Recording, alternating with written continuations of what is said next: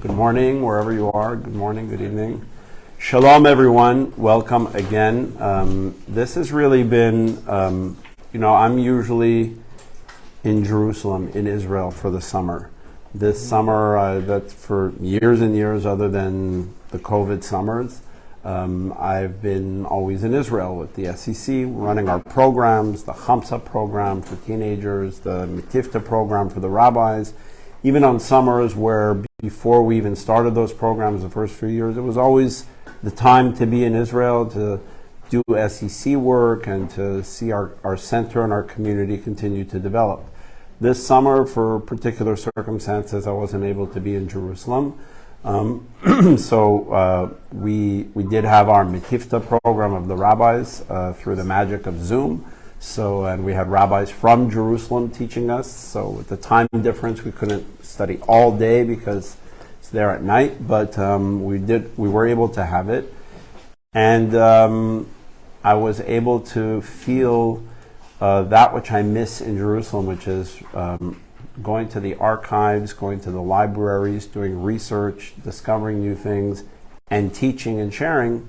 I was able to do that here this summer. It's been really special. I want to again publicly acknowledge and thank Neil and Rachel Sheff for always opening their home so beautifully and really making it, they say you should make your home a makom Torah, place of Torah, of study. It's been that way, as I said, not just this past summer, but for many years. We've done this shiur on Tuesday nights on the wisdom of Hakham Sephardi, of the Sephardic rabbis. And we, this summer, took a little journey. We started in Baghdad. We went by way of the island of Rhodes, and appropriately for the end of this series, we ended in Jerusalem, where we all want to end up. We always say, L'shana haba b'Yerushalayim, next year in Jerusalem. So how could we end anywhere else? But of course, we left out many of the different cultures, which we'll go back to. So as usual, what happens, right? People wonder, they say, why is it that right when we make Aliyah and we get to Israel, immediately we leave and go somewhere else? We get there and then we say, okay, I settled in Israel, now I have to go visit somewhere else. So the precedent comes from the very first Jew, Abraham. He came from Iraq. People always talk about, there's often a narrative when people talk very often about all the Jews in 1948 were in the Middle East were expelled from Arab countries. Not 100% accurate. My father lived in Morocco. He was not expelled from anywhere. He's not a refugee. Neither was my mother from Algeria. It's not 100% across the board true. In some places, but I spoke once at an event commemorating this. They have some sort of a day that they invented, a Mizrahi commemoration day or something. I'm not sure what, sometime in November. And I spoke, and it just so happened to be that around October, November is also when we read the parashiot in the Torah about Abraham. And so I said, the first Jew that was ever thrown out of Arab land was Abraham. God told him, Lech Lecha, leave Iraq, right? And he came to Israel. And everything was good. It was a beautiful place. Then what happened? Vayihi ra'av ba'aretz. There wasn't enough food in Israel. So he left. He went to Egypt right away. So this seems to be like a natural paradigm. And then when he came back to Israel, what did he say? I feel at home, but I'm also a man of the world. Ger v'toshav anochi imachem. I'm a stranger and a resident amongst you. That's been sort of the Jewish journey. We have a home in Israel, in Jerusalem, and we've journeyed in every corner of the earth. And we've been, I'm sorry? Hayudi Anodeh, the wandering Jew, but we've gone from place to place. And so I say that because we will, please God, after the holidays, resume these learning sessions. And we don't necessarily have to resume in Jerusalem. We can leave there and maybe visit Morocco and visit its Chachamim and visit Salonika and its Chachamim and Tunisia. I mean, there's the world of Hakham Sfarad, of the rabbis of the Sephardic, Middle Eastern, North African, Iberian, Balkan, etc., is a fascinating world. A world that represents not only a charming history, but a very, very deep engagement with the modern world. And did so differently than in Europe. And that's not to say, because these are Sephardim and these are Ashkenazim. It's just as historians, when we look at circumstances in the Middle East and North Africa in the 19th century, political circumstances, were a little bit different than they were in Western Europe or Eastern Europe. There were certain trends and patterns that developed in one place that did not develop in another place. What we call today, to keep it focused in the Middle East, what we call the traditional Sephardic lifestyle. When I say traditional, I don't mean I follow my parents' traditions. I mean those who consider themselves traditional Jews, but not necessarily observant Orthodox Jews. That model, believe it or not, comes from the Muslim world. That is an Islamic model that we adopted. I know that when we hear Islam today, we automatically, our default is to think of Wahhabism or jihad or that sort of a thing. The majority of the Muslim world is not that and was not that for most of the time. Okay, there were pockets of that in history. Islamic Spain is where Maimonides was born. He left because the Almohad extremists overtook it, and then he left elsewhere. But he's a product of the Muslim world. The rabbi that we're going to study tonight, Rabbi Yaakov Shaul Elyashar, one of his very, very famous edicts and rulings was to rule that it is important to teach Arabic in yeshivot and Jewish schools, right, in the 19th century. The heads of what they called the Edah HaCharedit, the ultra-Orthodox Ashkenazi world, were vehemently opposed to teaching this foreign language. And his response was, foreign to whom? The Rambam? That's what he spoke. That's what he wrote in. Maimonides. What language did Maimonides speak when he woke up in the morning? Only Arabic. What language did Maimonides write? The Guide for the Perplexed, the commentary to the Mishnah, etc. All of his most brilliant works, other than his work of Halakha, the Mishneh Torah, which of course he's going to write in Hebrew because Hebrew is the language of Halakha. The Mishnah, etc., is all written in Hebrew. But when he wrote a book of philosophy, Moreh Nevuchim, it's written in Arabic. When he wrote a commentary to the Mishnah, it's written in Arabic.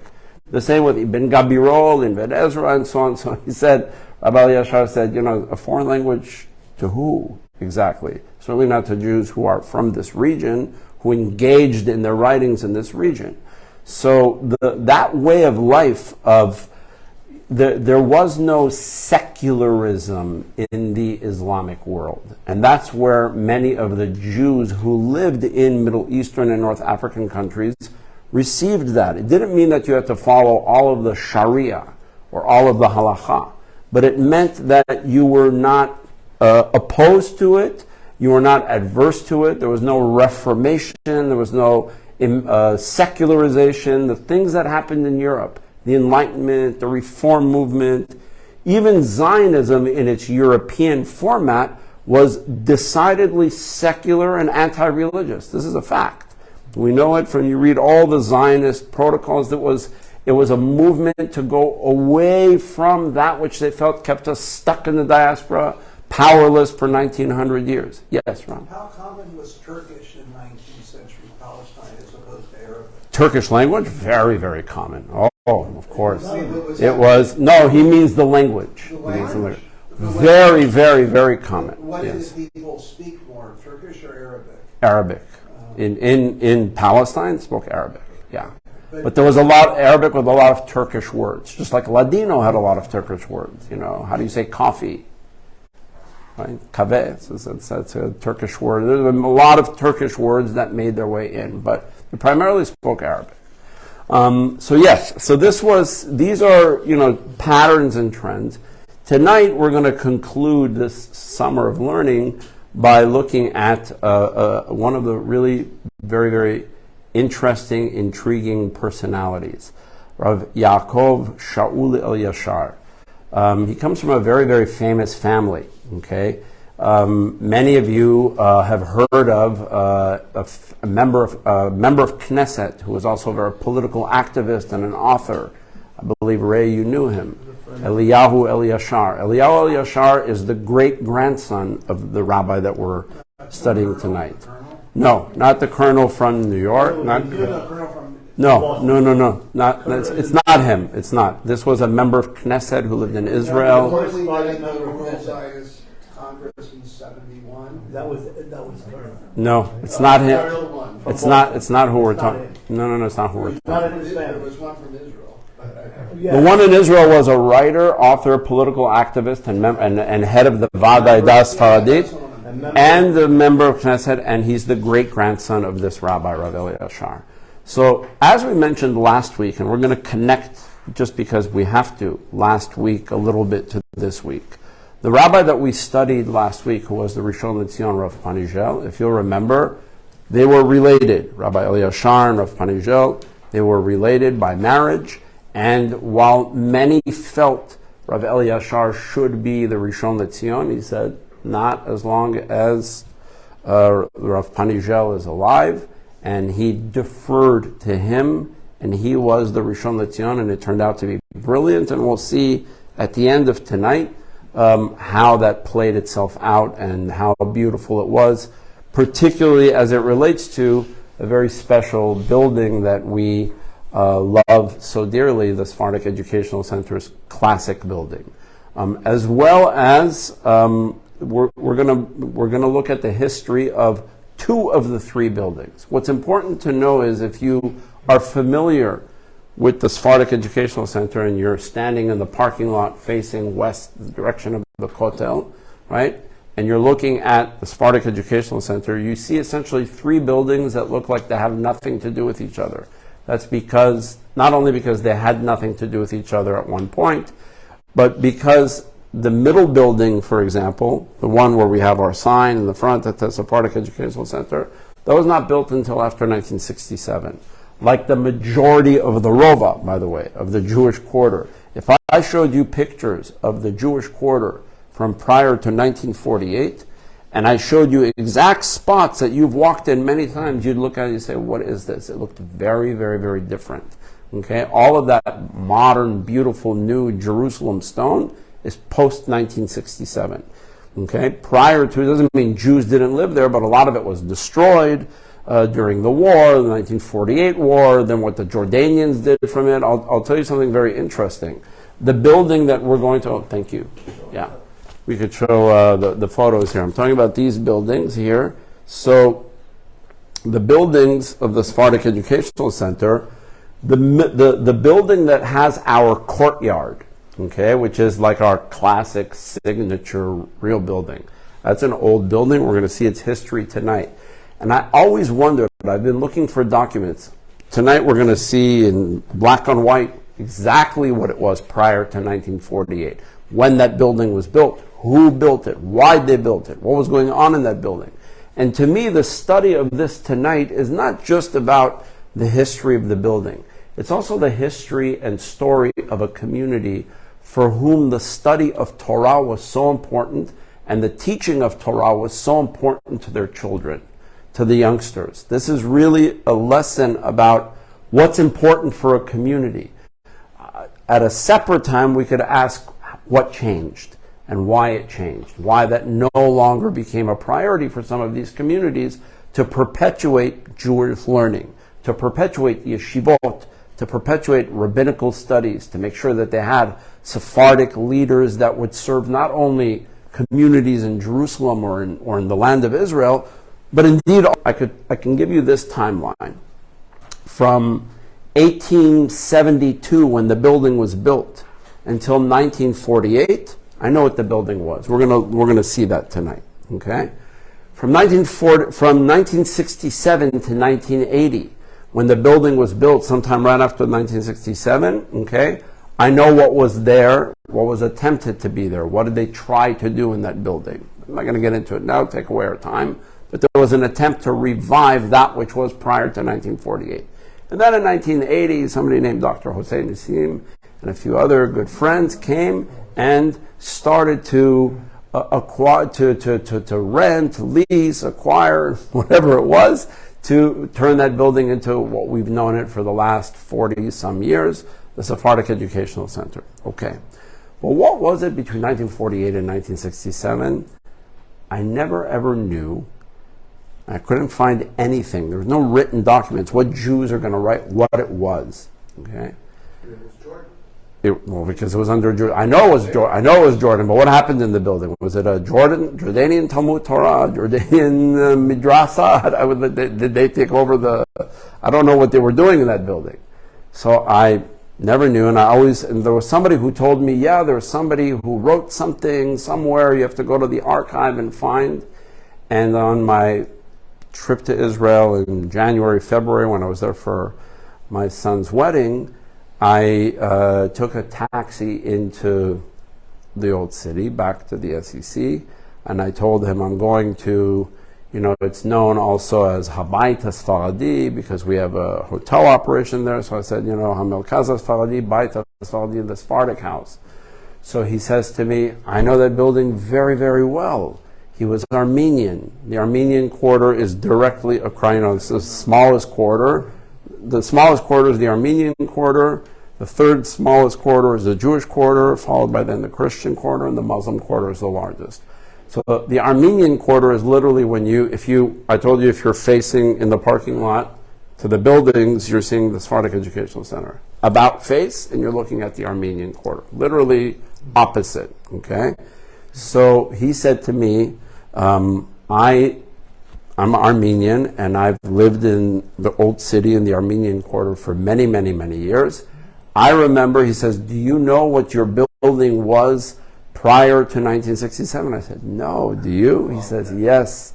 He said, it's interesting because one of the things that it was for the years of 1872 until 1948, in addition to it being a Talmud Torah, a school, and a yeshiva for rabbinical training, it was also a center for widows and orphans to live, and like a food pantry for people who were not necessarily living there but would go to the Bet Tamchui to pick up in the courtyard. There was food that was placed there for the needy that would come and pick it up. And so it kind of retained that because there were a lot of poor people in the old city between 1948 and 1967, and some of you may not like who took over the building and used it as a food distribution center for the locals. Anyone want to guess which organization? The United Nations. The United Nations actually had that building, and it was a UN food distribution center. He said, I remember lines up right here in this area. It wasn't the parking lot, right? Where, what's now a parking lot. He goes, I remember the poor people would come and wait online, and they would distribute bags of food and grains and whatever it was. Okay. You can sue them for back rent. Right. The UN, let's make a claim with the United Nations now. Okay, so, like I said, so it's more than just, keep in mind all of this as we're studying and we're reading the history of this rabbi and who he was. It's not just about, wow, this is cool, the buildings, and now I know the history. It's also something really, I think, important for all of us who are supporters or activists with the Sephardic Educational Center of how important it is to keep our building alive. It could almost be like a fundraising pitch, but that's not what I'm doing. Okay, I'm talking to the audience who loves the Sephardic Educational Center, but it could really be a mission statement to keep the building alive, not only as a Sephardic building, but as a Sephardic building of education, of charity, of caring, of Talmud Torah, of rabbis, of educators, of whatever it is. When we started the Metifta program and we were sitting in the Bet Midrash, 15 rabbis around the table in a beautiful library that we rebuilt and remodeled and so on, I really felt for the first time like, wow, this is what it's there. When we take groups of kids like we've taken for years, that's our version of the Talmud Torah, right? Bringing kids from abroad to come and spend a month there, 2 months, a week, 2 weeks, whatever it is. It's the same idea. It may not be exactly the way it's described here, but in our modern version, that's been the vision of the building. I'm very proud of that, and it just connects us to a community that was very small, but cared very deeply. You'll meet tonight how important it was for them to have these educational institutions and these social institutions, meaning they deeply believed, like Maimonides says, that Talmud Torah keneged kulam, like the Mishnah says, that the study of Torah is the most important, and that's why they named it HaTalmud Torah, right? The Talmud Torah, the place where we study and teach Torah. They taught more than Torah. They also taught languages and mathematics and woodworking and professions for the people, but it was the educational institution that they named Talmud Torah. And they also, Maimonides says, whichever community does not have a charity infrastructure is not a Jewish community. Whoever does not have a kupat tzedakah is not considered a Jewish institution. It's not considered a Jewish community. These were their priorities. Without this, they could have, yes, you read the stories about the cooking, the food, the language, the songs, all this was very beloved to them. But they didn't make as big a deal as we do about it because we've lost that and we're trying to recapture it. This was their way of life. This is how they ate. It wasn't, something unique. This is how they sang. This is how they spoke. It was their way of life. We're doing things to try to recapture that which was lost. What did they spend their time on? The building of institutions for kids to go to school, to train leaders, and to take care of the vulnerable in the community, widows, orphans, those who were needy. Okay? So this Rabbi Elyashar, very, very prestigious family. He was actually not born in Jerusalem. He was born in Tzfat. Okay? He has a long and very intriguing history prior to being the Rishon LeZion, the chief rabbi. He was the Rishon LeZion only after Rav Panijel died from 1893 to 1906 when he died. Rabbi Elyashar died in 1906. So he was for roughly 13 years the Hakham Bashi, the chief rabbi, under the Ottoman Empire, and the Rishon, as we kind of titled it, the Rishon LeZion. And he came from a family that was well known, was known to be of means. He was described here as a prestigious looking human being, very beautiful in his walking and his appearance and so on. And I mentioned to you we're going to be looking at several pages from one intellectual, Sephardic intellectual, who wrote a whole book. It's the only book that chronicles all of the Rishonim LeZion, from the first to the very last, who was Rabbi Uziel, who actually we'll mention briefly towards the end tonight. The individual who wrote this book was one of the preeminent Sephardic intellectuals in the early 20th century, Avraham al-Maliyah. This is a photo of him. Okay. Now, what makes this interesting, all of what you read, including what we read last week, okay, Avraham al-Maliyah was writing from research that he did.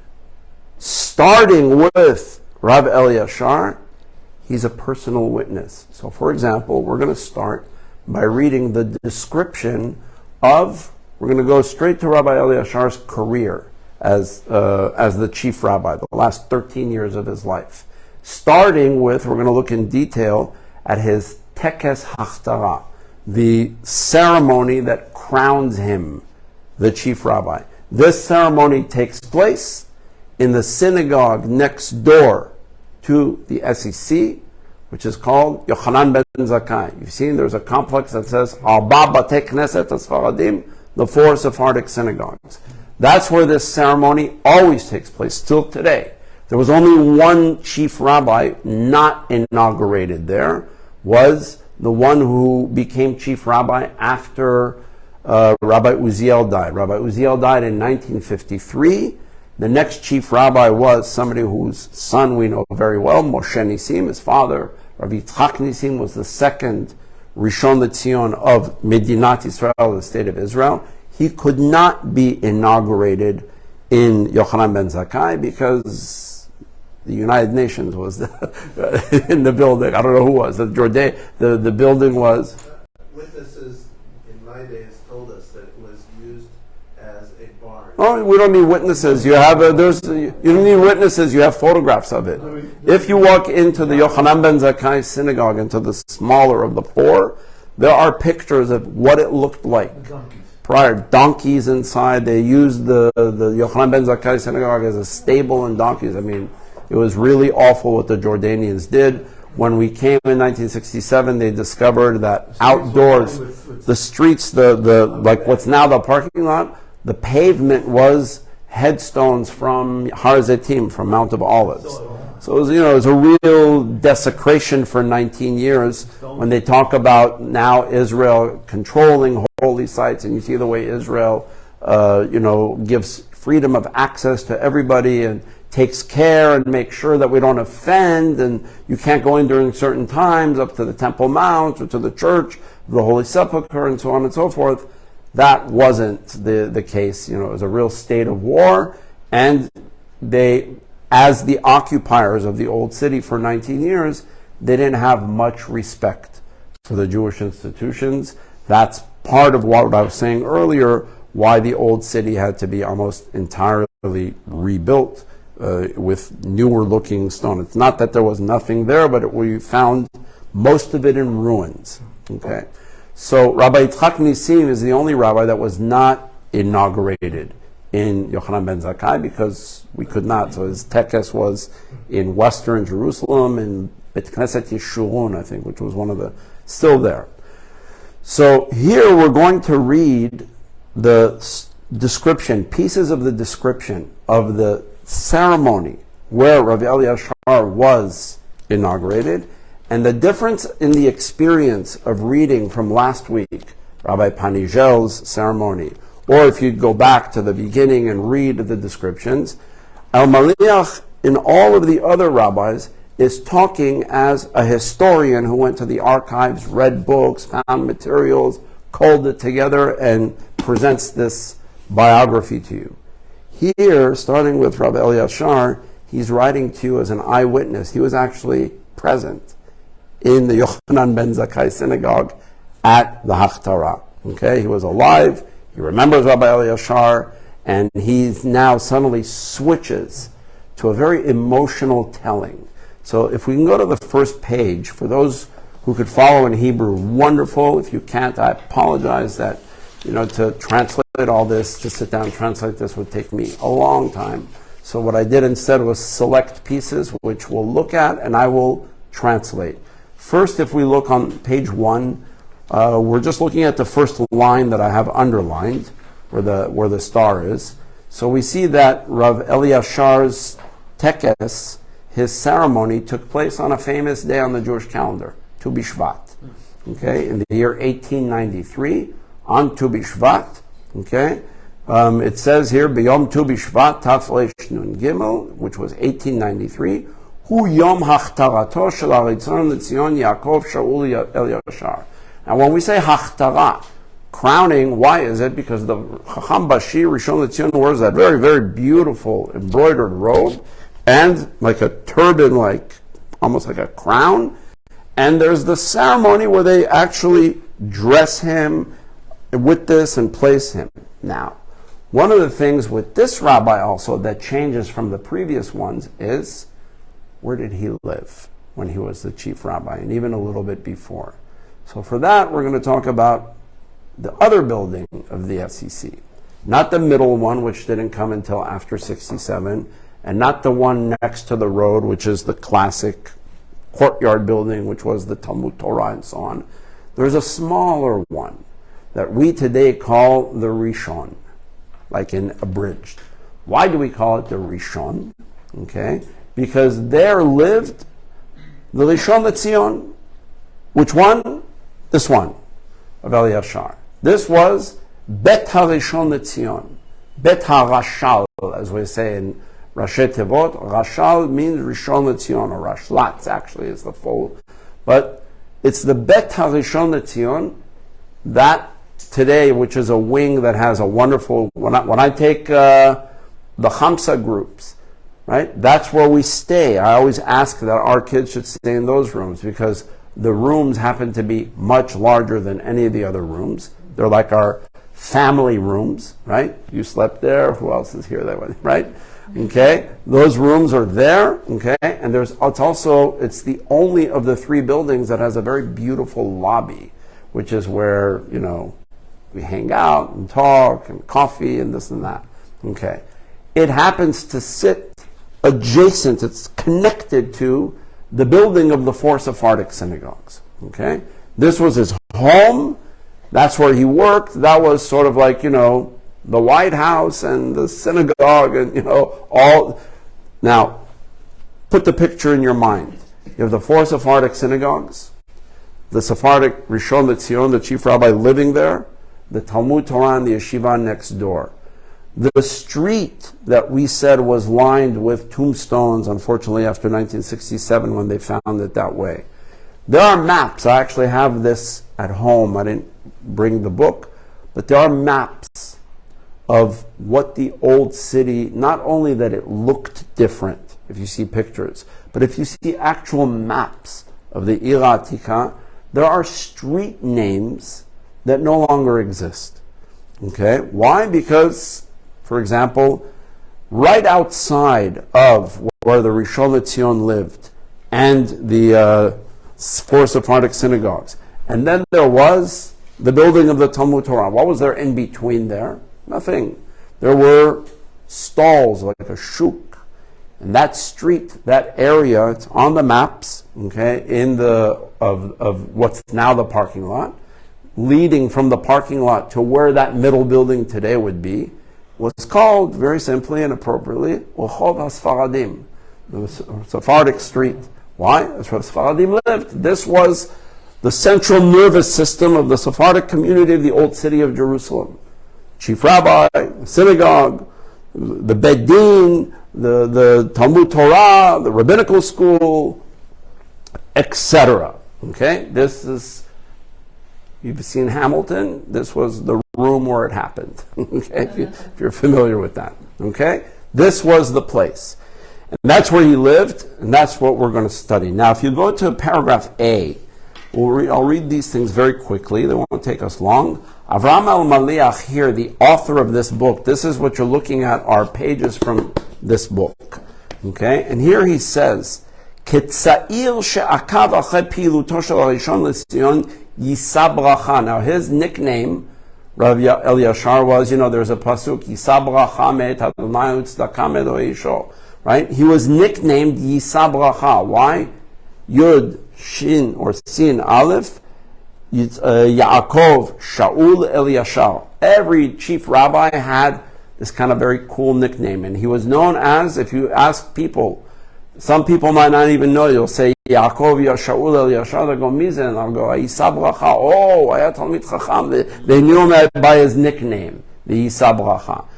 The Yisa Berakhah of Rabbi Elyashar was a prolific writer. He wrote 20 volumes of Shelot Utshuvot, of Halacha, of Drashot. Brilliant mind. He was asked questions from Sfaradim and Ashkenazim from all over the world. He was renowned as being a genius from childhood. He got this name Yisa Berakhah when he was before his bar mitzvah. You understand what that means, to give that, like a kid, a title as if he's some important person. In the rabbinic world, this was tremendous prestige. So he says, V'zocher hetev et komato atmira v'et hofatav. I remember his beautiful appearance. He was tall. Hofaotav hanedarot. B'mesech 13 shana letzufot, 13 years, straight years. Miyom bchirato b'tarich hanitzkar ad yom ptirato. He says, Gam ke'ed re'iyah u'shmi'ah. I am like an eyewitness. I saw him and heard him. V'gam ke'tza'ir, as a young person, hamit'anyen be'askanut tziborit. From childhood, I was so enthralled by those who were involved with communal affairs. Ben hanoah hayudi be'eretz Yisrael, amongst the young people in Israel. The Saltet kama v'kama kavim edbuto. I want to draw a little bit of his personality, who he was, right? Hayafa v'ha'atzila. He had the beautiful and the nobility of this leader. Okay, so let's go to Bet. Okay, the B. Sorry, I'm thinking different languages. Okay, he says we're talking about the ceremony now. L'hachtarat harishon leTzion Yaakov Elyashar lo chasa kilat Yerushalayim al hotzaot kesef. For the ceremony of the inauguration of the Chief Rabbi, the community of Jerusalem did not cut corners. They went all out and made it a beautiful. They spent a lot of money. Shaliach miyuchad met harabanut harashit v'kushta ba Yerushalayim. There was a messenger, a shaliach that came from the chief rabbinate of Constantinople, came to Jerusalem. Ve'vi told firman sultan, and he brought the order of the sultan, of the king, that was appointing Rabbi Elyashar to be Hakham Bashiv Yerushalayim and its surroundings, and brought him a itul kavod, like a sign of honor that he was able to wear, right? Which was, it gave him like an official status in the Ottoman Empire. Okay. Now it's going to describe something that's going to be interesting for us to see. Go down to C. What was the route to the, like there's an inaugural parade in Washington, D.C., so apparently they had one here too. They went first, I didn't read the detail, they first went to the house of, the palace of the Sultan that lived in Jerusalem, right? It says, on his way out of there, the military people saluted him. And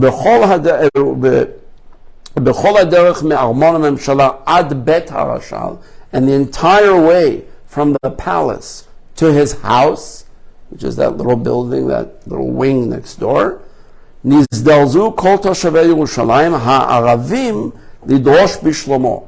the Arab residents of Jerusalem ran to greet him bi'yirat kavod miyuchedet, with great honor and tremendous honor. All the Arab residents of Jerusalem. Okay?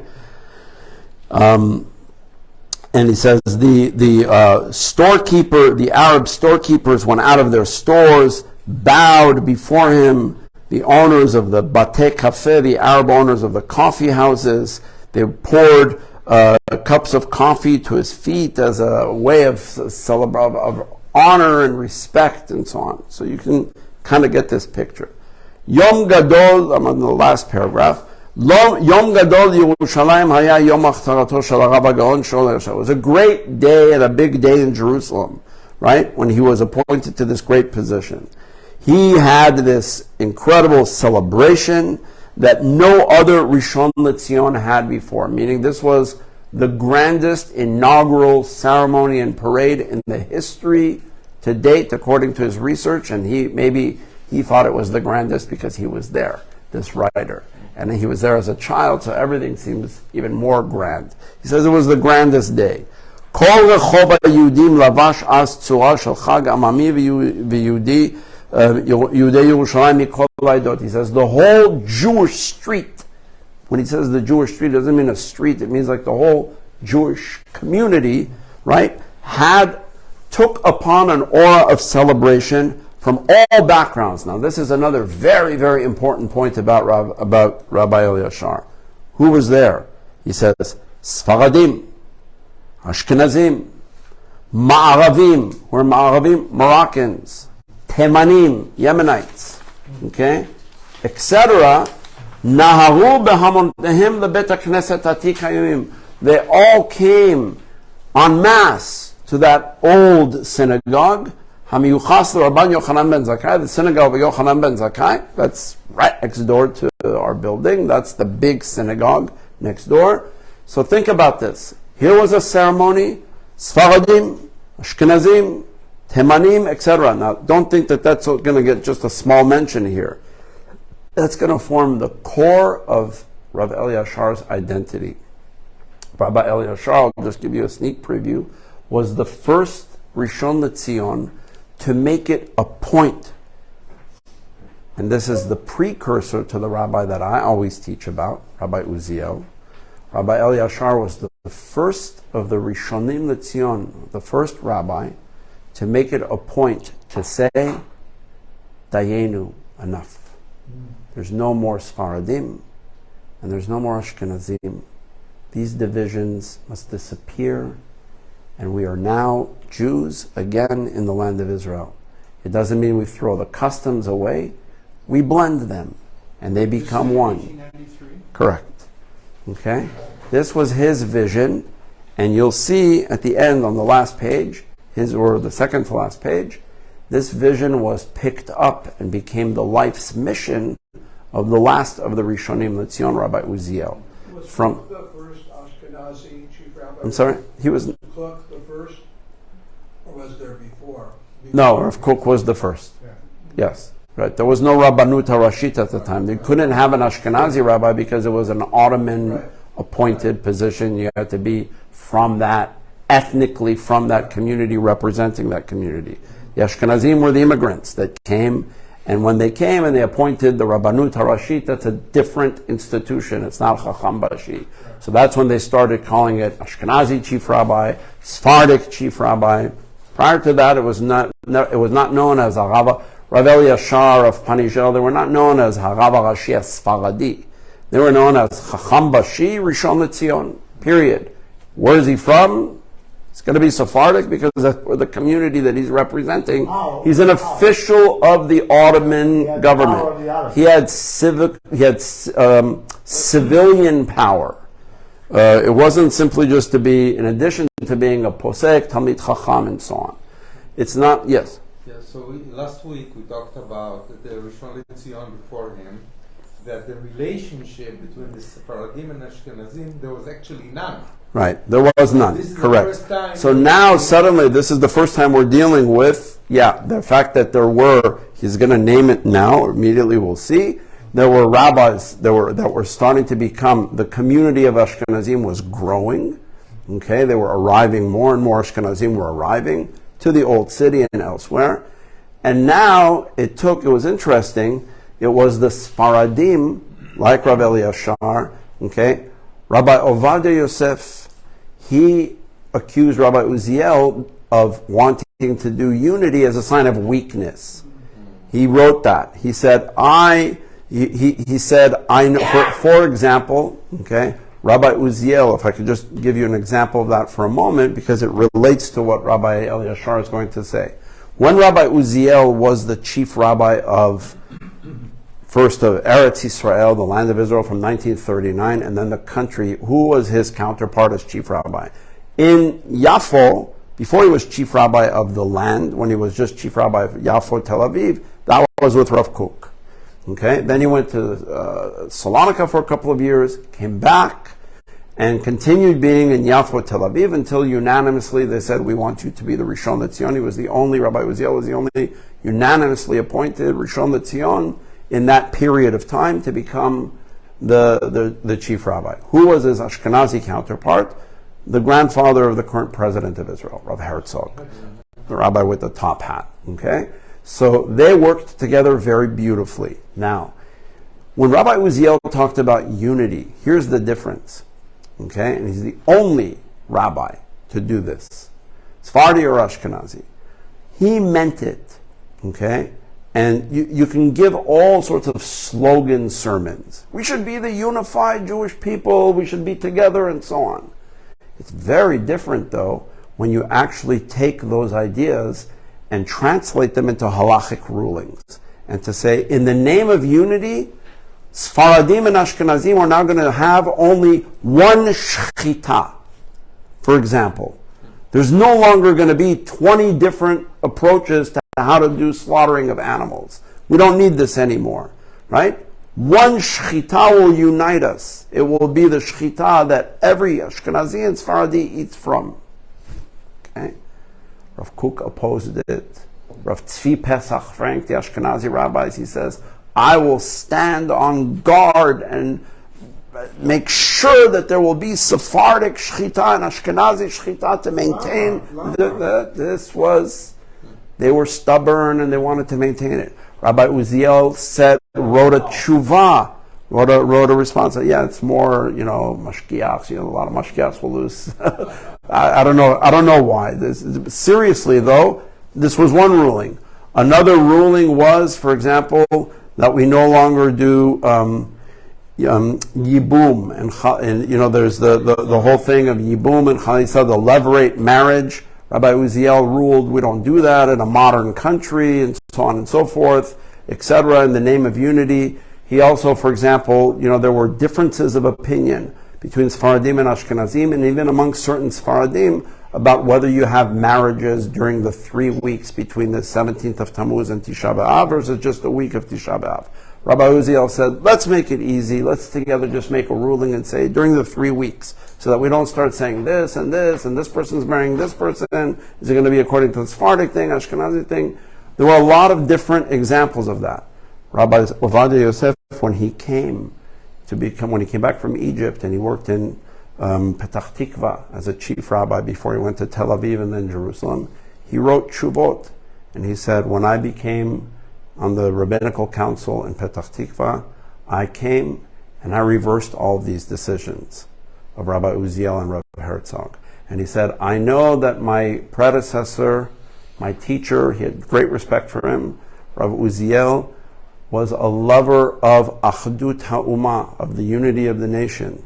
He says, and he goes, mitoch ahavato la'achdut ha'umah, out of his love. And he says, gdola ahava, he wrote, love is great, shemekalkelet et hashura, right? Love blinds. And what happens? Out of his great love, he didn't see what the Ashkenazim are actually trying to do to us. They're trying to take us over.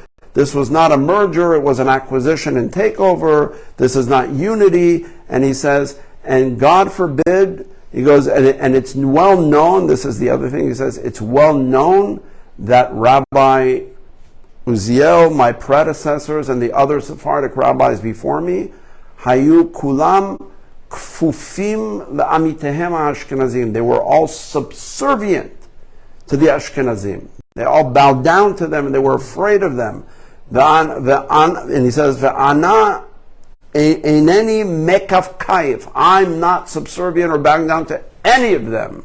And God forbid that we should change the customs of our ancestors of Sephardim over some sort of delusion of unity. There is no unity between Sephardim and Ashkenazim, and the story carries all the way till today, and then some. I'm not blaming that it's because Rabbi Ovadia Yosef was reading a very different Israel than Rabbi Uziel and Rabbi Elyashar.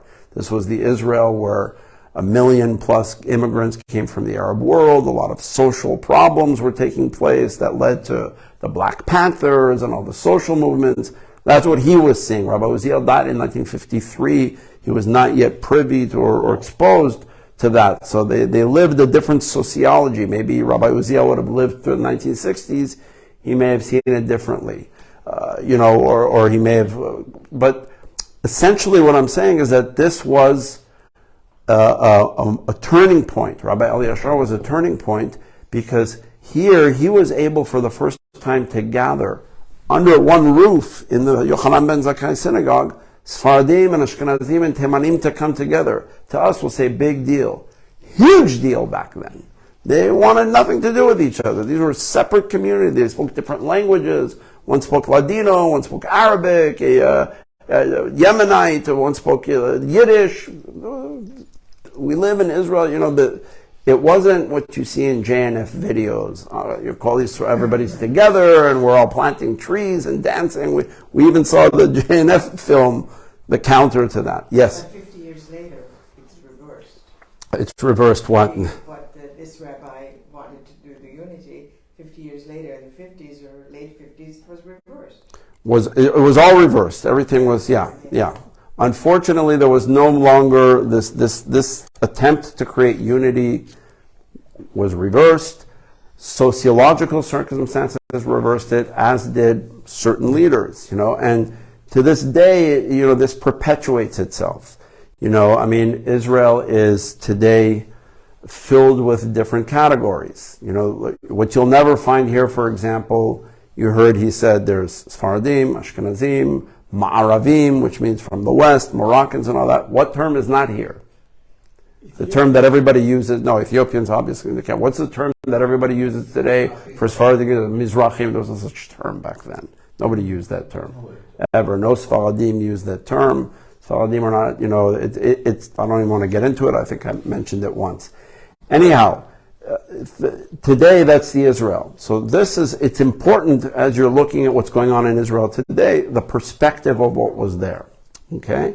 So let's just keep on reading. We're on the top of page 2, or what's 326, page 2, right? It said that everybody came to hear the rabbi and to the new chief rabbi and to hear his drasha. We're on the second line. Bayom hahu, on that day, זכו יהודי ירושלים לראות את שני המתנגדים הגדולים שעמדו בראש עדת האשכנזים ירושלים. Not only was he able to bring together Sephardim Ashkenazim, but he was able to bring together under one roof warring factions of Ashkenazim who didn't like each other. Rav Gaon, Rav Shmuel Salant, right? And Rav Gaon of Brisk and the Rabbi of Brisk, Rav Shmuel Salant and Rav Brisk were enemies. They didn't want to speak to each other. They both came out. It's a long story, not to get into here. I'm sorry? The Brisk line is from that's where Soloveitchik is from, yeah. So the Brisker Rebbe and Rav Shmuel Salant, they didn't talk to each other. Okay, you'll see Rabbi, in a minute, we're going to look at a piece of his speech where he addresses that. Okay? Even they together came. Right? They never said hello to each other, he tells us here. They come to respect the new chief rabbi. And they sit together and they sit together with a lot of modern intellectuals. Maskilim means like secular modern intellectuals. Dr. Greenhalgh, Yechiel Michapinas, Nisim Bachar, Ephraim Cohen, ve'od, meaning who came to this Tekes Hachtara, the who's who of Jerusalem. Ashkenazi, Haredim, who didn't talk to each other. Intellectual Sfaradim, intellectual Ashkenazim, writers, etc. This was really the dawn of the modern era of the Sephardic Rishon LeZion. And again, now I'm going to go back to like pride of place. Just think about that. All that happened in the same place where we have all these kids come and sleep and stay and hang out and pray there. This is history that happened in these very buildings. It's not a big area. I mean, like you wake up. Yes, there's a street. Yeah. On the dictionaries and the Hebrew language and so on. There's a street in Nisim Bachar right near the Shuk Machne Yehuda in Nachlaot. That was my great uncle. He was the chief assistant to Ben Yehuda. Yes, yeah, right. My grandfather's brother. Oh, wow. Okay. Fantastic. Okay. A lot of history in the room. So you see here, this was an incredible event. Now, here's a little cute thing. Talmidei HaTalmud Torah Sfaradi, the students of the Talmud Torah Sfaradi, along with Bet HaMidrash Doresh Tzion, there was a Bet Midrash named Doresh Tzion that was there, and Yeshivat Tiferet Yerushalayim, which was the yeshiva in the building that housed the Talmud Torah, both under the same roof, one on one floor, one on the next floor, right? And then there was another school called Lemel, Bet HaSefer Lemel V'Acherim.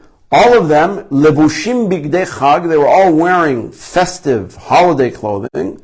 Naru Avhem LaBet Knesset, they also all came to that synagogue. Ve'anu chavrei hamakela, and we, the members of the choir, meaning Abraham el-Maleach himself, the author of this book, shilamda et hashir lichvodo hamubah le'an, there was a beautiful song that was written in honor of the Yisa Berakhah. We learned the song. Histadalnu b'makom molet. We stood in one sort of outstanding place. Ukshofia harashal Yisa Berakhah, and when the rabbi appeared, mukaf rabbanei ha'ir v'gdoleh v'nichbadeh, surrounded. Just picture, it's like, the royal parade.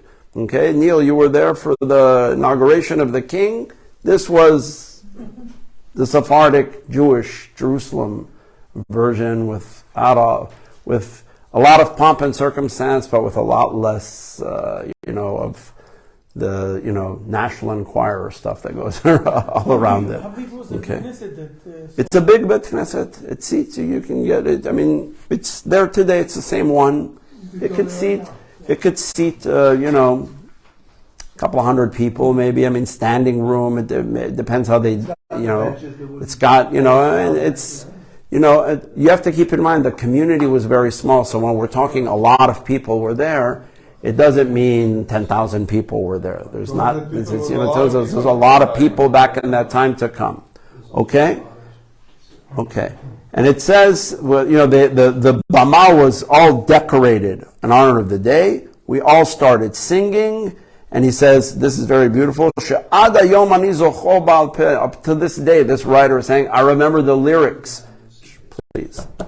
I remember the lyrics of this song by heart, right? And we had somebody, and here's the song itself. We're not going to look at it.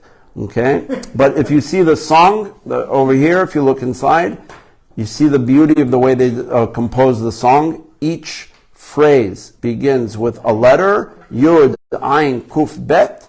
If you go down, it spells Yaakov. It spells the name of the... Okay. Just to make a point, very Sephardic style. Mm-hmm. The wording. Oh, of course. Very, very Sephardic style. This was the style. Meaning we now look at it and call it the Sephardic style. This is all they knew. That's how they wrote. All of them wrote this way. This was the language that they wrote in throughout. The rabbi who most today has imitated, not imitated, use that sort of word, who has revived that mode of writing and speaks about it is Rav Chaim Sabato, the author. Okay, somebody will do a session about him as well. He writes in this language, and he's a paitan, a poet, a writer. Magnificent human being. Okay, let's look down at F. Achrei hashir, after they sang this song, Amad Harishon L'Tzion HaChadash, the new chief rabbi got up on the stage, and one of the rabbis dressed him in the new robe. And after the rabbi said the blessing of Shechianu B'Shem U'Malchut, meaning that means the full bracha, not just Baruch Shechianu V'Kimanu, Baruch Atah Amonai Eloheinu Melech Olam Shechianu V'Kimanu V'Gianu Lezman Hazeh. After he said the full bracha, Darash Be'ivrit Drasha Yafa, he spoke a drasha in beautiful Hebrew. Shemilvad, this is great, Milvad Chidushe Torah Mechidushav Upilpul.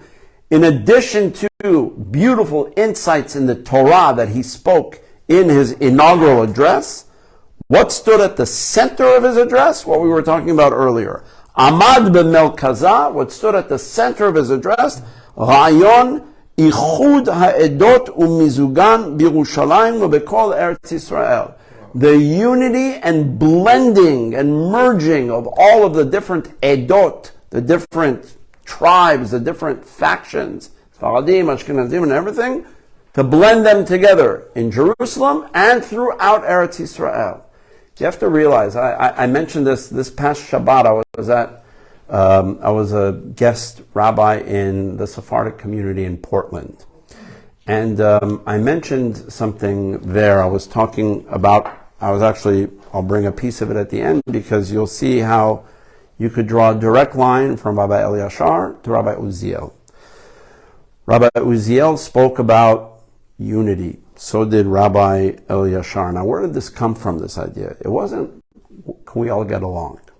it was based on a very sort of idealistic Zionist vision. Without Zionism and all that, Herzl came to Palestine, Rabbi Elyashar's time. There's a whole, that could be a separate lecture by itself. Also, the Wilhelm, the Kaiser of Germany, also visited. I mean, this was all before he was the chief rabbi, yet he was chosen to be the one to go out and greet with a delegation because he was prestigious, a scholar, etc. And then finally they made him the chief rabbi. But I mentioned the following thing. If you want to understand where they were coming from, where were their minds, Rabbi Elyashar and Rabbi Uziel, to bring everybody together? It was coming from this place. And I'll use as an example my other passion that you know about.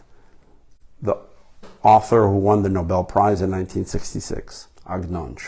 When Shai Agnon took the stage in Sweden in 1966 on December 10th and received the first ever Nobel Prize in Israel's history, I think the country was 18. This was before 1967 war, and this was not UN speeches and all this. It was a big speech to the world. Comes an author, religious, with a kippah on his head. And what was his very famous, after a few opening words, what was the real opening of his speech that every high school student in Israel knows, that was actually even etched on the 50 shekel bill that had his picture for a long time? Right? Mitoch katastrofa historit, due to the historical catastrophe when Titus, the Roman emperor, destroyed the temple and my people Israel were exiled from our land. Because of that catastrophe, I happened to have been born in a city in the diaspora. But always I saw myself as one who was born in Jerusalem. What did he mean? The diaspora was not part of the plan. To be Sephardim or Ashkenazim is not indigenous to the Torah. It doesn't know of that. The Jewish people were meant to inherit and live in the land of Israel. The diaspora is a punishment. We say it 3 times a year on the holidays. Eloheinu v'le'avoteinu mipnei chataenu galinu me'artzenu. Because of our sins, we were exiled from our land. We mourn its loss on Tisha B'Av. So that ideology was, Agnon spoke that to the world in very beautiful poetic Hebrew. But back up for a moment, and by the way, what's interesting is you think, Agnon did not know Rabbi Elyashar. I mean, probably he may have known him because Agnon moved, Rabbi Elyashar died in 1906. No, Agnon moved to Palestine in 1908. But he did know Rabbi Uziel. You know why? Because people who come to my Agnon class know this. Okay, there's a joke that with the beginning of the joke we say, a rabbi, a priest, and a minister walk into a bar. So I actually say, what happened when 2 chief rabbis, one Sephardic and one Ashkenazic, and a famous future Nobel Prize winning author got together for a cup of coffee sometime in 1947. What happened? They sat down and they said, the 3 of us have a job. 3 of us have a job. We have to do something together that nobody's ever done. For 2,000 years, we've lived in the diaspora. And when we lived in the diaspora, what did we do every Shabbat? We prayed for the government. Lo and behold, look what's going on. There's a Jewish government now. We no longer can say, Hanoten Shu'alam Lachim, he who gives power to kings and so on, because there's soon going to be the Knesset, the Prime Minister of Israel, a President of Israel. Do we have a prayer for that? And Agnon, Rabbi Uziel, Rav Herzog got together, the 3 of them, after several drafts and edits, came up with something that's in your prayer book every Shabbat. Avinu Shabashamayim, Tzul Yisrael, Begoalo, Barecha et Medinat Yisrael, Reshit Tzmichat Geulatenu. Whether you know it or not, if you go to a synagogue that recites the prayer for the state of Israel, on a weekly basis, you're reading a joint composition of the 2 chief rabbis of Israel and the future Nobel Prize winning author of Israel. This was their vision, right? They were tasked, the 2 leaders and the great writer, already back in the 40s and 30s, Agnon was known as a genius writer. The Nobel Prize, many wanted him to have it earlier, but it eventually came in 1966. The three of them came together and put this prayer together and issued it to the world, and it's our prayer to this day. Why is that? Because Rabbi Herzog also believed in the unity of the Jewish people. They had this ideological unity that the Jewish people should be one. We're in the land of Israel. There shouldn't be Sephardic rabbis and Ashkenazic rabbis and Sephardic this and that. Keep those traditions alive. You can't erase 2,000 years of history and say, restart, erase, and just erase your culture. Ben Gurion tried to do that, and to turn Israeli Jews into a modern Sabra Israeli, right? What he called Kul Haituch, the melting pot. Everybody's going to be uniform. Rabbi Uziel talked about Achdut, not Achidut. He talked about unity, not uniformity. There could be multiple customs. That's okay. But it doesn't matter. You know, I just got there's a Sephardic friend of mine who sent me a link to the newest printing of something that was printed 13 years ago, the first one. It's called Slichot. It's a booklet of Slichot. Okay? Usually you'll see on the Slichot Nusach Ashkenaz, which is the Ashkenazi Slichot, Nusach Sephardi, the Sephardic one, Nusach Edot HaMizrach, whatever they call it. This is a Slichot book that's called Nusach Meshulav, blended. This was Rabbi Elyashar's dream. This was Rabbi Uziel's dream. He said, you have Slichot of Ashkenazim, you have Slichot of Sephardim, let's put them together. Now, if you think at the time, that was way ahead of its time. How did suddenly they're going to pray together? But this is the year 2023. And there's a lot of Buskilas that are marrying Schwartzes. Okay? No disaster at all. Thank God. That's why you're leaving, right? He doesn't like, Ray is a, That's not true. right. Black Lives Matter. Okay. Sure, matter. The fact that there's a lot of people who are blended marriages today in Israel, it's very common, okay? What do you do on the holidays? Sephardic synagogue or Ashkenazi synagogue? The old school, you follow the husband's custom, that doesn't fly anymore, okay? Nobody's going to do that. Nobody's going to follow that except for in Haredi communities. The modern world is not going to go for that. And the individual is going to say, I want my custom. So what synagogue are we going to? Half a day here, half a day there, and all that? They said, no, let's bring it under one roof.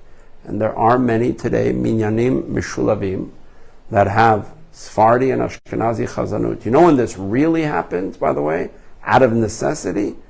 When nobody can go to any synagogue and they had to pray in the streets? During COVID. During COVID, suddenly, the Sephardim and Ashkenazim that live on the same block, they can't go to the Sephardic synagogue or the Ashkenazi synagogue because you can't be indoors. Then what do? Look on YouTube and there's the most beautiful videos of Sephardim and Ashkenazi chazanim that did a mashup of Slichot and of the liturgy of Yom Kippur and Rosh Hashanah, Sephardi and Ashkenazi.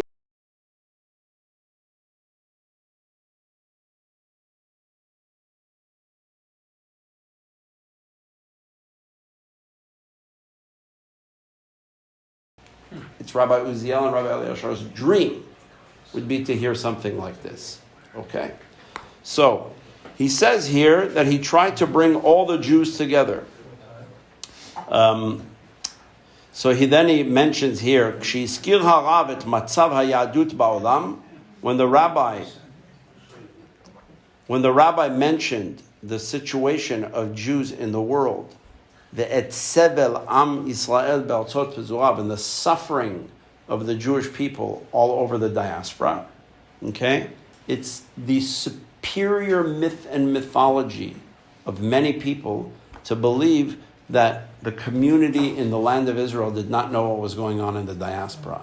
And that especially the Sephardic rabbis, they didn't know what was going on in Poland and Ukraine and so on and so forth. That is complete mythology that I've thankfully debunked this summer by writing a 25-page study of Rabbi Uziel's speeches, translating his actual speeches that he gave not only during the Holocaust about what was going on, but during the pogroms that claimed 127,000 Jewish lives in Ukraine in 1919. Rabbi Uziel gathered the community in Palestine to fast and to mourn and spoke all about what was going on. Now, were these his Sephardic brethren?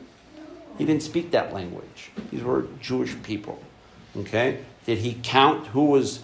Did he start mourning the Holocaust only when he heard that the Greek Jews were deported to Auschwitz? Until then, it didn't matter to him?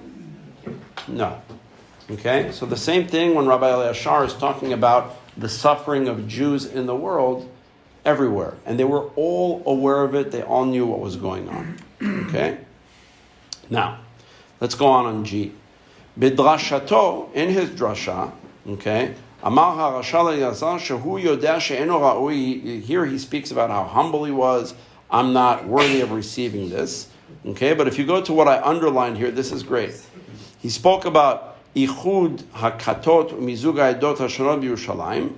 Okay, he spoke all about bringing the people together and wanting to make them one community. And he concluded, I'm just skipping in the interest of time, the last line of, the second to last line of the box G, V'siem ki achdut shlema drusha ka'et l'kila Yerushalayim, Kilat Yerushalayim, u'mibalada en tikva lehitna'er me'ashiflut ba netuna hayadut ka'et. The only solution to solving the lowly status of the Jewish people in the world is that the Jewish communities in Jerusalem should stand strong and united. It's so easy to fall into our little boxes and to say, I don't care what goes on amongst those Jews, as long as I'm the one as long as my community is okay. That's not how leaders think. Leaders don't think this way. Okay? Now, let's look a little bit at on the bottom of H. He said he spoke for about an hour. It made a very, very big impression, especially harayonot hanoazim, the very, very sort of outspoken ideas. Like noaz means like almost like what a chutzpah to speak this way. He had like this tremendous courage and strength to speak of unheard of ideas. Sephardim and Ashkenazim, yes, Ray, Buskila will marry Schwartz, and they're going to pray and daven in the same synagogue, and they're going to sing multiple tunes together. This is Am Yisrael. This is what he wanted. Everybody, look at what they called the famous Middle Eastern organization. This was part of the philosophy of Sephardic Jews. What's the name of the school your father went to? What was it called? The school system where your dad studied? Alliance. What does that mean? In Hebrew, it means Kol Yisrael Chaverim.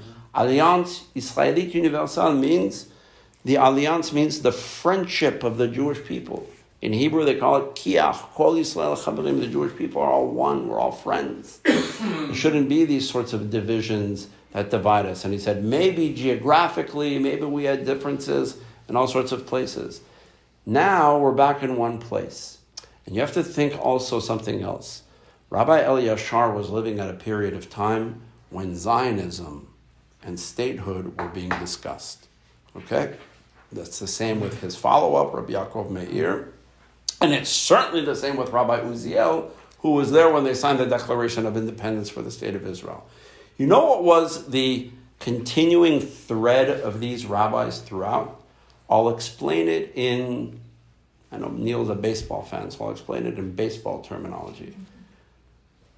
Not to diminish the status of the rabbis from the diaspora. We had great rabbis, Rashi, Maimonides, and so on.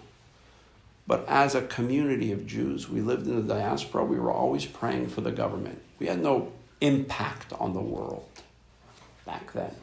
Who were we? We were living little communities. How impactful was Maimonides in Spain or Morocco? He was well known. He's a unique case. How impactful was Rashi, the rabbi who accompanies us studying the Bible and studying the Talmud? I don't know. Maybe he was impactful because he was also known as a winemaker. He made good wine. I don't think he was a very impactful person on society. Suddenly we're coming and creating a country. You know what they said, the rabbis? If they used baseball language, from Rabbi Elyashar through Rabbi Uziel, they were saying, guess what? For 2,000 years, we've been stuck in AAA baseball. We're now being moved up to the majors. Your game's changing. You have to change the way we play the game. We're going to be a global phenomenon soon. We're going to be known as a Jewish country, a Jewish state. The whole world, history is going to have its eyes on us. Everybody's going to looking. What are we going to do? We're going to continue to behave like in the diaspora. We're going to continue to be on a tefka, a shtetl. That's what we want here in this land. That's what some people actually do want. To this day, they want to continue to live the shtetl life in Israel. These were rabbis who were not, and they weren't saying, let's throw away religion and tradition because we have to be modern. They're saying, no, it's possible to do both. It's possible to blend. It never says that you can't keep Shabbat and put on tefillin and keep kosher and be a Jewish country. It's not mutually exclusive. We'll make it work. And to be a democracy. These rabbis spoke about democracy. I know that's a controversial word these days in certain circles. Rabbi Uziel, Rabbi Chaim David Alevi, they all use the term democracy, demokratia. Anachnu medina ma'aravit demokratit. We are a Western democracy. Anachnu chelek micheder ha'amim. We are part of the family of nations of the Western world. They didn't have disdain for that. They were proud of that. They said, look what we've become. In such a short time, look where we came. So this was part of their DNA. This is how they thought. Okay? Let's go to the next page. In the interest of time, okay, here it tells us, let's just look at a couple of sentences from this because I want to get to the next page really. Okay? There's a couple of cute stories he tells us here. In I, he tells us, this was a very, very big ceremony filled with glory. And as we said, even the Ashkenazim from Yerushalayim, the rabbis, they participated, right? And all the teachers of the school of Lemel and their students, right?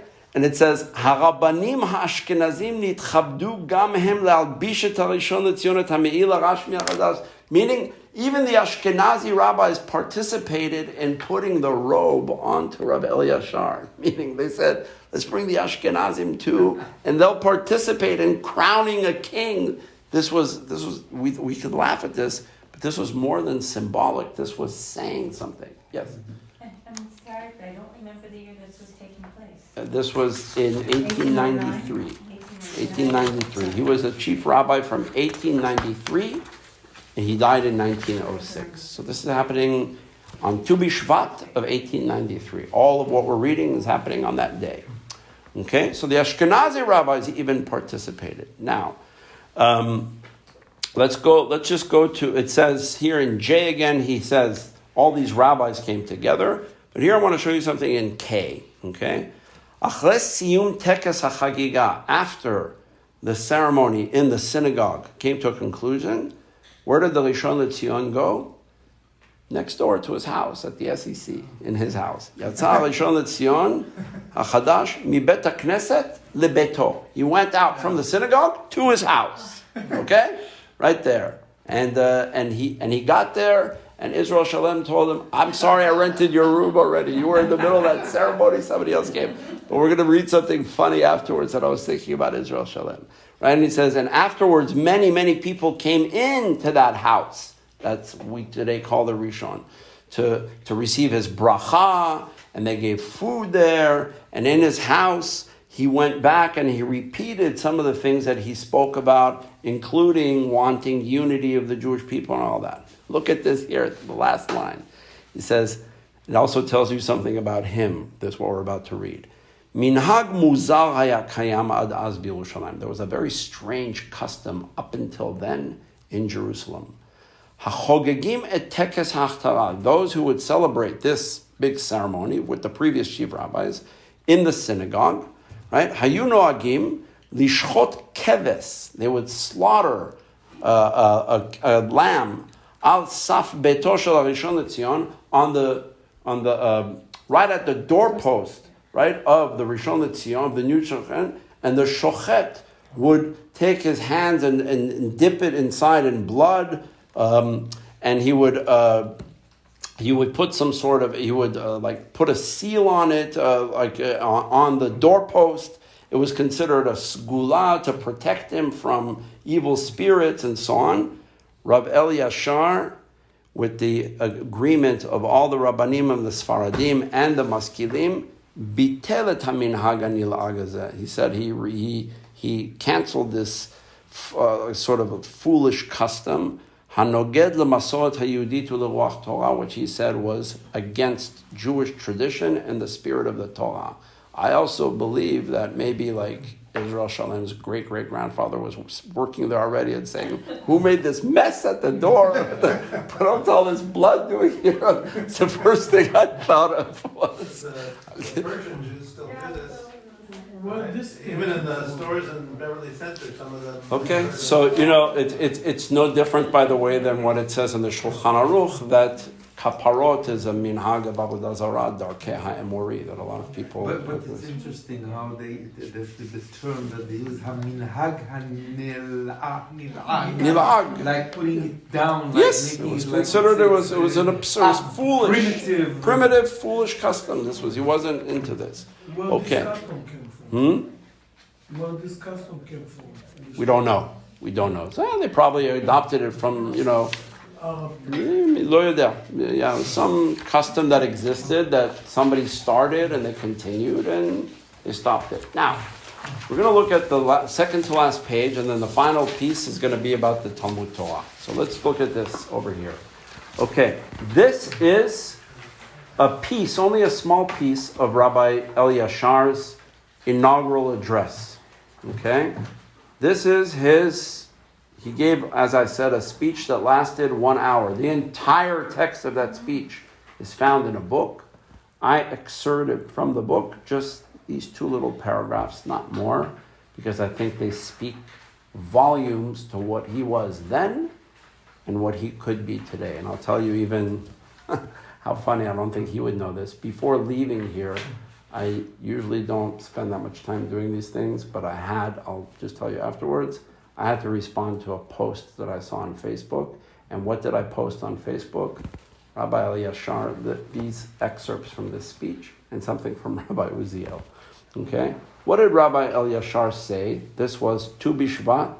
If you ask the year, it's all here. 15th of Shvat, 5653, otherwise known as February 1, 1893. These were the words he spoke in the synagogue. Morai v'rabotai. Morai v'rabotai means, ladies and gentlemen, my masters and teachers. Im yeh chas v'chalila pirud ben Yisrael. If heaven forbid, this is my English translation, if heaven forbid there will be a division amongst the Jewish people, how will it ever be possible for us to do tshuva? Now when he says to do tshuva, what does doing tshuva means? To return to the proper way of life. Now he says, for if there will indeed be a division amongst us, heaven forbid, listen to this is the brilliance. I've never heard anybody. We talk about unity and say, it's not good for us to look for our enemies to see us, and we're divided, all these social reasons, political reasons. Rabbi Elyashar said, do we realize as Jews, religious Jews, rabbis who are sitting here who don't say hello to each other, do we realize how many violations of the Torah we're violating by having this hatred? And he goes, let me list them for you.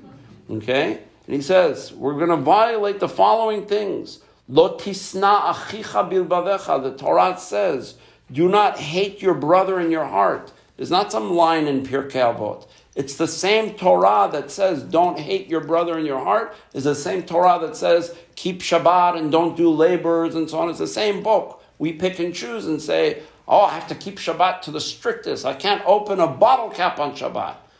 What about your neighbor? Are you inviting him for lunch? I hate him. But the Torah says, no, you're supposed to. Okay? Okay, exactly. Okay, do not hate your brother in your heart. Do not be a talebearer amongst your people, gossiper. Lo telech rachil b'amecha. Do not avenge or bear any grudge. Do not stand idly by the... He says, this is what it'll lead to, that you'll see your brother in the street bleeding and you'll walk by. I hate him. Do not seek evil on your neighbor. All these are halachot in the Torah. It says we are violating this by being divided. This is reminiscent of the destruction of the temple. He says, what are the further consequences of division? Will be the violation of do not defraud your neighbor, do not steal from your neighbor, plus we're speaking Lashon Hara, plus we're going to use false flattery, meaning we're going to say things that we don't really mean to try to like buy somebody, but we really hate them, and lies, okay? He says, in light of all of this, it is only peaceful ways that will help return us to the proper path. Meaning he was describing the situation as it was. He says, in order to return, we got to get rid of all this behavior. Now listen to what he says. In order for our temple that we pray of to be rebuilt, we only need one precondition. And it's the main one.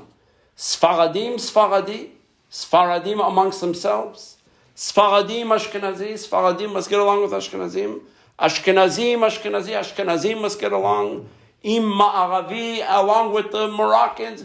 Kulam ke'echad, everybody has to be one.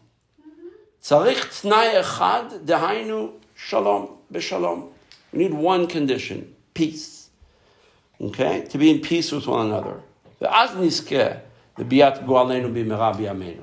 Okay, I saw somebody, a very well-known person in Israel that I follow on Facebook, put up something saying, what's the difference today between Datim, Haredi, Mizrachim, and Mizrachim who are Chiloni, 55 categories. And it's somebody who I happen to know very well and have a good friendship with. And a bunch of comments came, and I saw he put this, and it was just as I was reviewing my notes for this one, for tonight. And I responded to him and I said, in this month of Elul, as we pray to come on Rosh Hashanah and we say, may we be one united people, Yasu Kulam Agudah Achad, I pray that the vision, that the Jewish people will actualize the vision of Rabbi Elyashar and Rabbi Uziel. Rabbi Elyashar wrote, and I put this in Hebrew, Rabbi Uziel followed him. What did Rabbi Uziel say? I said this is a direct line from one to the other. You just read what Rabbi Elyashar said.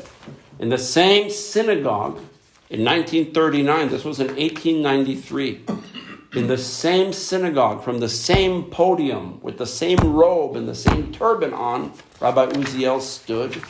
Okay? No, I'm sorry. Wow, not even. This was not Rabbi Uziel. My correction. This was prior to Rabbi Uziel. This is Rabbi Uziel, what I'm about to read to you, was not his sermon that he gave in Yochanan ben Zakkai. It was his first ever public speech as a rabbi in 1911. So this was not long after. This was, 18 years after Rabbi Elyashar spoke this. Rabbi Uziel with Rav Kook in the audience in Yafo as the Hakham Bashi in 1911 said, I'll translate in English what he said. It is my tremendous desire to unify all of the divisions that the diaspora tore us into. This sounds like Agnon. The separate communities of Sephardim, Ashkenazim, Timanim. This should not be a difficult task. Wow, was he idealistic. For unity is in our nature and our natural character as a people. You know what a leader is? He's somebody who lies. But I don't mean lies, like cheating you.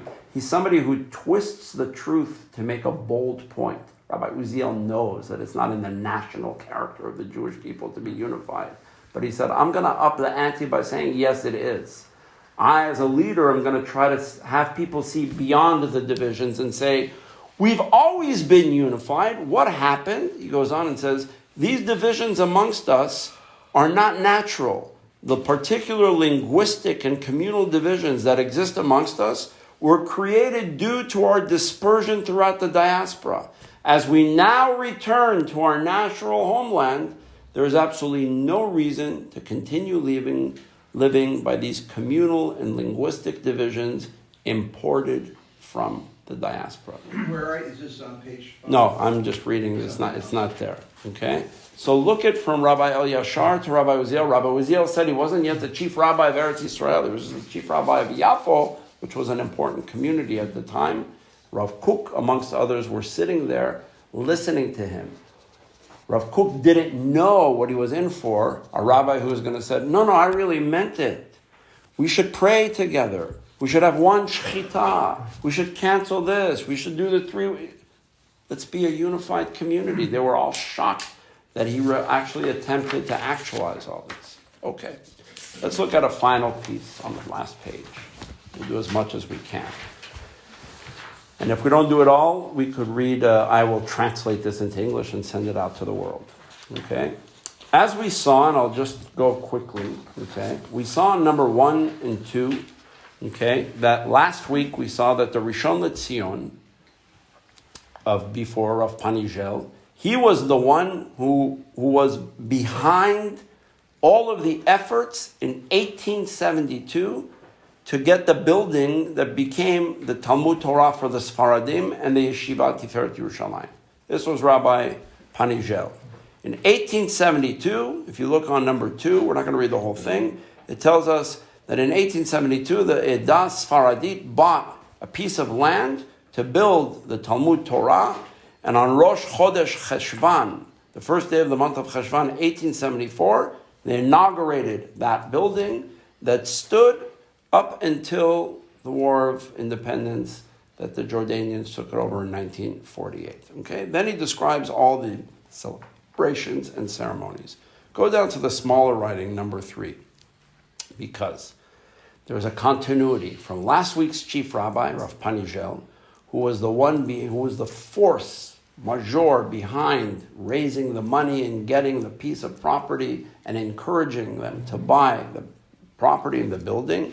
Then came this chief rabbi, Rishon LeZion Yisa Berakhah. He says, "Harishon LeZion Yisa Berakhah haya gam hamishtadel bebinyan komot nosafot." He said, "I want to build extra stories in that building, right? On the building of the Talmud Torah Sephardi, and he placed the foundation stone, right? And he said, so that the students of the Talmud Torah, right, shall not have to sit bunched up in the classrooms. I want to expand the building. I want to build more space in the building."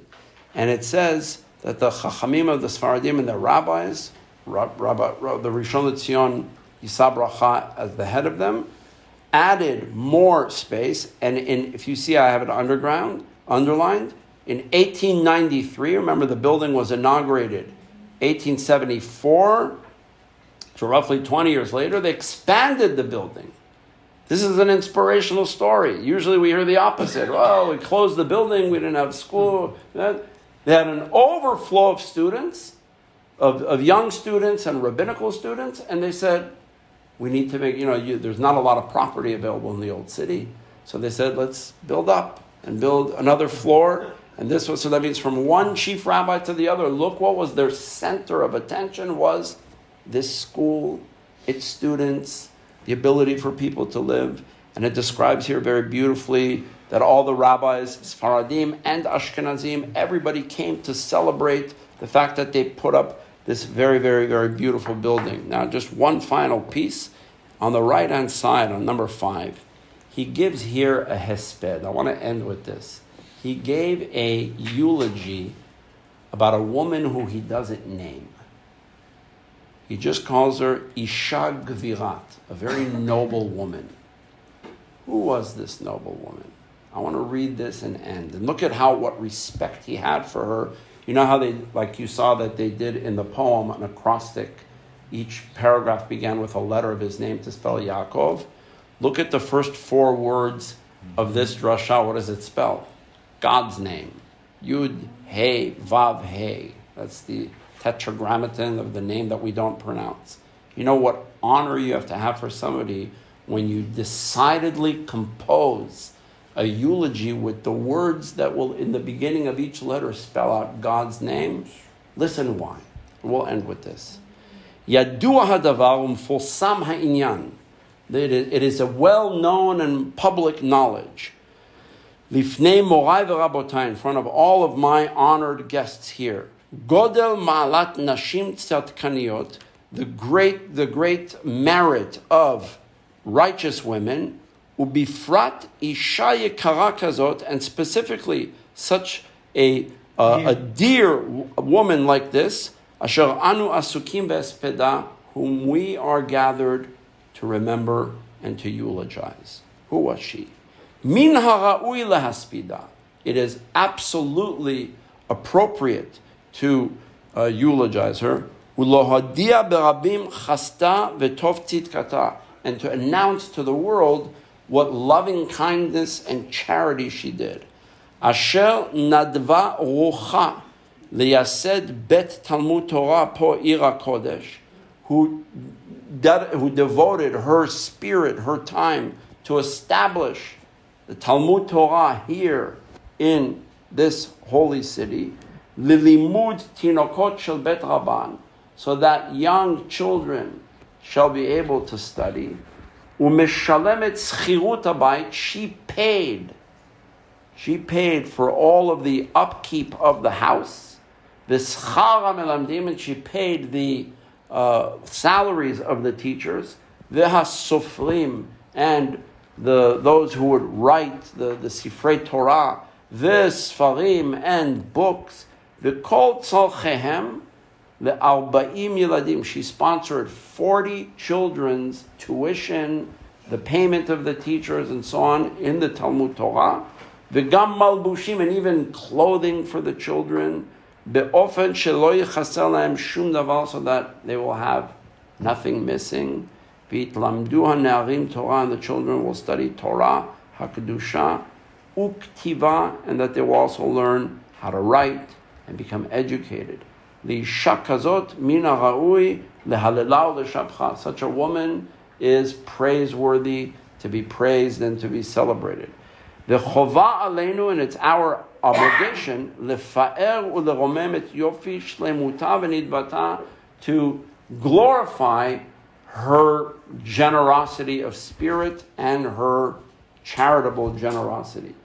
K'ma'amar Hakham Shlomo Melech, and as Shlomo Melech said, alav shalom, tnu la mipli yadeh v'yalua b'sharim ma'aseh. What we say in Eshet Chayil, right? Tnu la mipli yadeh, give her the fruits of your hand, v'yalua, and they will praise her b'sharim, in the gates, all of her deeds. Look how he ends. He doesn't name. Wow, amazing. He doesn't name. She wanted to be anonymous. So here was, the drasha continues, by the way, for 3 pages. I just brought you the introduction. He then gives a beautiful drasha about Eshet Chayil, and he speaks all about the woman of valor and so on, right? Never mentions her name, right? Those who were there maybe knew who she was, maybe they didn't. We don't have the coffin open. She passed away. She was somebody who was charitable to support the same institution we're talking about. So one of the things I think the 2 things we come away from this magnificent character of Elyashar was a leader who cared about the unity of his people. He wanted to unify the Jewish people because he said, only that will strengthen us. Look at our situation in the diaspora around the world. We're being persecuted everywhere. Don't forget, this is the same time he was aware of what was going on in Europe. Why did the Zionist Congress start? The Dreyfus Affair and so on. The rabbis all knew about all of this. They read 10 languages. So he read the French press and the German press, and he read the Ladino press and the Turkish and Arabic and Hebrew. Well knowledgeable and educated. Okay? And that's one thing. And the other thing, from last week's rabbi to this week's rabbi, the centrality of education, of school, of teaching. These 2 elements should be, we would want as the centerpiece of any rabbinic leaders. To want to unify a community and to make sure that there's a next generation who will study, who will become leaders. What was in this building was a Talmud Torah that educated thousands of children. Look, we had a eulogy for a woman who sponsored 40 kids studying there and living there and being dressed there, probably kids from very, very needy families, and she took care of them. made sure that the staff was paid, and so on. Beautiful story, right? This was an institution that also trained rabbis that served all over Israel and all over the diaspora, in Sephardic communities and in Ashkenazi communities. It was a different world not so long ago. And hopefully through these studies, at least we're reviving the ideas. And if we have the privilege of even bringing back a little bit of the spirit of what these rabbis once stood for, it would be a better world and a better Jewish world soon. Danny, throughout your lecture, I couldn't stop thinking about there was a rabbi's vision of what happened to Korban Beit Rishon and Shani, and they knew that only unity would not 100%. prevent the repeat of history. That's right. That's exactly what was on their minds, is that everything he described when he said, do you believe, look at everything we are going to violate by hating one another and cheating one another. This is the description of actually what happened amongst Jews during the first and second temple, that the communities hated each other. Look at the way Isaiah, Yeshayahu, he names the community. He says, Kisdom hayinu la'amorah daminu. We became like Sdom and Amorah. Do you understand what kind of a comparison that is? And what happened Right? to it? And what happened to it, it was destroyed. Even the rabbis say in Pirkei Avot, what is Sodom, right? Who were they, right? Without describing all the terrible things that they did, the rabbis said in Pirkei Avot, Ha'omer sheli sheli v'shelcha shelcha. He who says what's mine is mine and what's yours is yours, according to one opinion, Zohi midah beinonit, meaning it's an in-between position. It's not ideal, but it's not terrible. V'yesh omrim, and there are some says, Zohi midat Sdom. That is the trait, the distinguishing trait of the citizens of the city of Sodom. Selfishness. What's yours is yours, what's mine is mine. We don't share, we're not neighbors. That destroyed the But in community. Sodom, they tried right? to take from each other. Right? And some of them then tried to take from Well, each other. that's- And so- he said it was the middle ground, what's mine is mine and yours is yours. And then Right. Sodom. was- Sodom went even worse. What mine is mine and what yours is mine. Mine. So he's going to say, so Rabbi Elyashar will say, division amongst us is going to lead to all this kind of behavior. Corruption, violence, lashon hara, hatred. It's going to lead to ultimately, that's why he said, see, he was trying to keep his language and say, he knew that he was talking and it's Tu B'Shvat and it's a celebration. So he didn't want to talk about Choban Beit HaMikdash, the destruction of the temple. So look at what he said, if you see carefully. He said, but it's exactly, you're 100% right in what you're saying. He said in Hebrew, I'm sorry, let me just find it.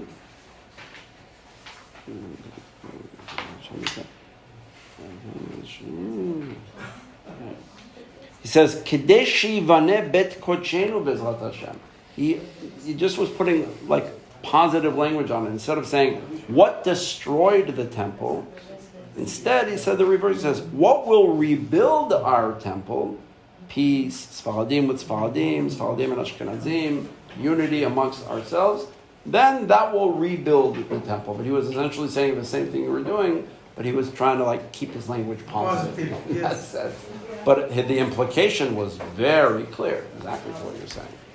I want to move forward to Rabbi Ovadia Yosef, because he basically, it's the opposite. I mean, he decided that we're moving away from trying to get this Wanted no part of that. issue. Wanted no part. You wrote it in print. I could show Right, you. You right. wanted no part of that. Yeah. So in history, the way we view this based on what happened today in Israel, how do what is the reason why? I mean, I understand the reality dictated that the aliyah and the discrimination and all that probably had a lot to do with it. Right.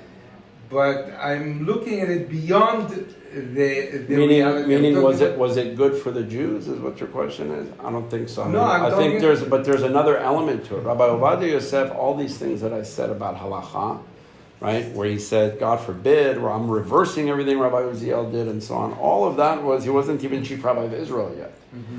Then he became Chief Rabbi of Israel, where in his inaugural speech, when he was in 1973, Rabbi Uziel was inaugurated in the same synagogue with the robe on him and so on. What did he say? He didn't give a speech about unifying and all that. He said, the Ashkenazim are Bet Shammai, we're Bet Hillel. The Ashkenazim, you people are the strict ones who are always, like hardline and all that. Sephardim, we're Hillel, we're the ones that are more moderate and so on and so forth. Meaning he gave a very, very divisive opening speech. Okay. 10 years later, he was no longer the chief rabbi because they changed the law. He thought he was going to be for life. That was the law. And during his tenure, they changed it. They voted, the Knesset voted, with Moshe Nissim in the Knesset, to basically fire the two chief rabbis, Goren and Ovadia Yosef. Okay? So I always tell Moshe Nissim, I said, you may have gotten payback because of what they did to your father, because Ovadia Yosef took over, but indirectly you helped create Shas. Because what happened after 1983 when Ovadia Yosef was not honored chief rabbi, he took all those ideas about Sephardim matter and all that and brought them to the Knesset. And the rest is history. There's always somebody who profits from creating divisions. Of course. There is one other piece. I'll just say this more since you bring it up. There's another piece that you have to bring up, that you have to understand about a different worldview about Rabbi Ovadia Yosef. And it's, there was so much to look at tonight, and there was so much more.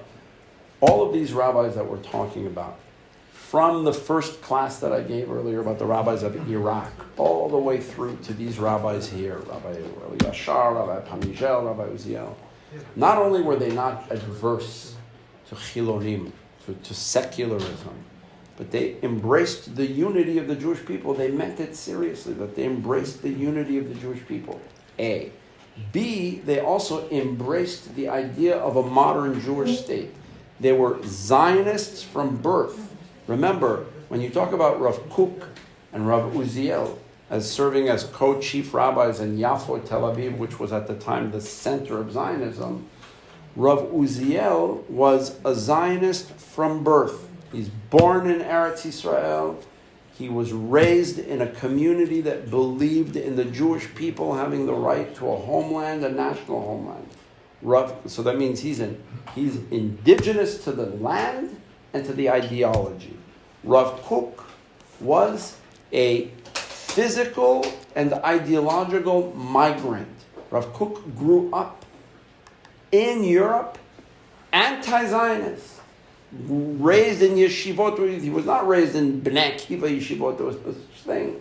He was raised in the yeshivot that hated Herzl and Zionism. Herzl was a dirty word. A Jewish state was a dirty word.